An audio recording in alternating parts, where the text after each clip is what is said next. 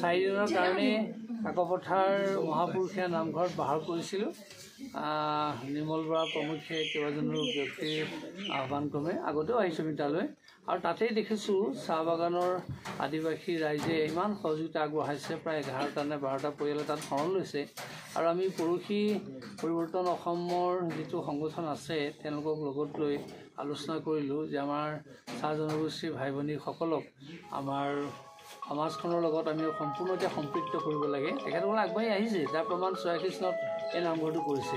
গতিকে এইটোৱে প্ৰমাণ কৰিছে তেওঁলোকৰ আমাৰ বৈষ্ণৱ সংস্কৃতিৰ প্ৰতি কিমান শ্ৰদ্ধা আছে। আৰু এতিয়া আমি ক'ব খোজোঁ যে তেখেতসকলক এতিয়া আমি মজদুৰ বুলি কৈ থাকিব নোৱাৰোঁ। তেওঁলোক হাড়ে হিমজীয়া অসমীয়া, আৰু অসমীয়া সমাজত যেনেকৈ ভকত বৈষ্ণৱৰ সংজ্ঞা আছে, আমি তেখেতসকলক সেই সংজ্ঞাৰ এতিয়া পৰিচয় দিম। আৰু আমাৰ অসমীয়া সমাজে আমাৰ বৈষ্ণৱ সংস্কৃতিৰ যোগেদি যিখিনি সা সুবিধা লাভ কৰে, একে সুবিধা তেখেতসকলে লাভ কৰিব। আৰু বিশেষকৈ তেখেতসকলে 200 বছৰ ধৰি ইয়াত বসবাস কৰি আছে। তেওঁলোক কোনো কাৰণতে আমাৰ পৰা আঁতৰি থাকিব নোৱাৰে, আৰু তেওঁলোক আমাৰ লগত অবিচ্ছেদ্য অংগ। আৰু তেওঁলোক এইদৰে সম্পৃক্ত হ'লেহে অসমীয়া জাতি আৰু ই মজবুত হ'ব, আৰু এই অসমীয়া জাতি আৰু ই মানে ফলে ফুলে জাতিষ্কাৰ হ'ব। গতিকে সেইকাৰণে আমি আজি নিজেই আহিছোঁ তেখেতসকলৰ 86 চনতে আৰম্ভ কৰা নামঘৰটোলৈ। আজি আমি তেখেতসকলক প্ৰস্তাৱ দিছোঁ, যদি বাগান কৰ্তৃপক্ষই আমাক কোনো সমস্যাত নেপেলায়, আমি অতি সোনকালে এই নামঘৰটো গোটেই অসমৰ চাহ বাগানৰ ভিতৰত এটা মডেল আদৰ্শ নামঘৰ ৰূপে ইয়াক গঢ় দিম।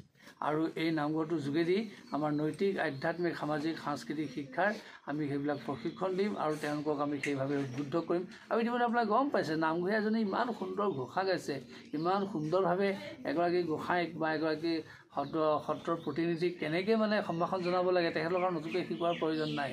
তেওঁলোকে সুন্দৰকৈ কৰিছে, মাত্ৰ আমি তাৰ লগতে জড়িত হ'ব লাগে।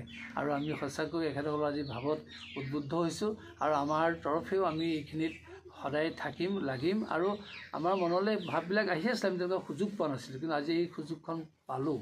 গতিকে আমি এইটো অনতি পলমে ইয়াক সুন্দৰ নামঘৰলৈ ৰূপান্তৰিত কৰিম, আৰু আমাৰ সংস্কৃতি গোটেই কথাবিলাক আমি এখেতসকলক বিলাই দিম।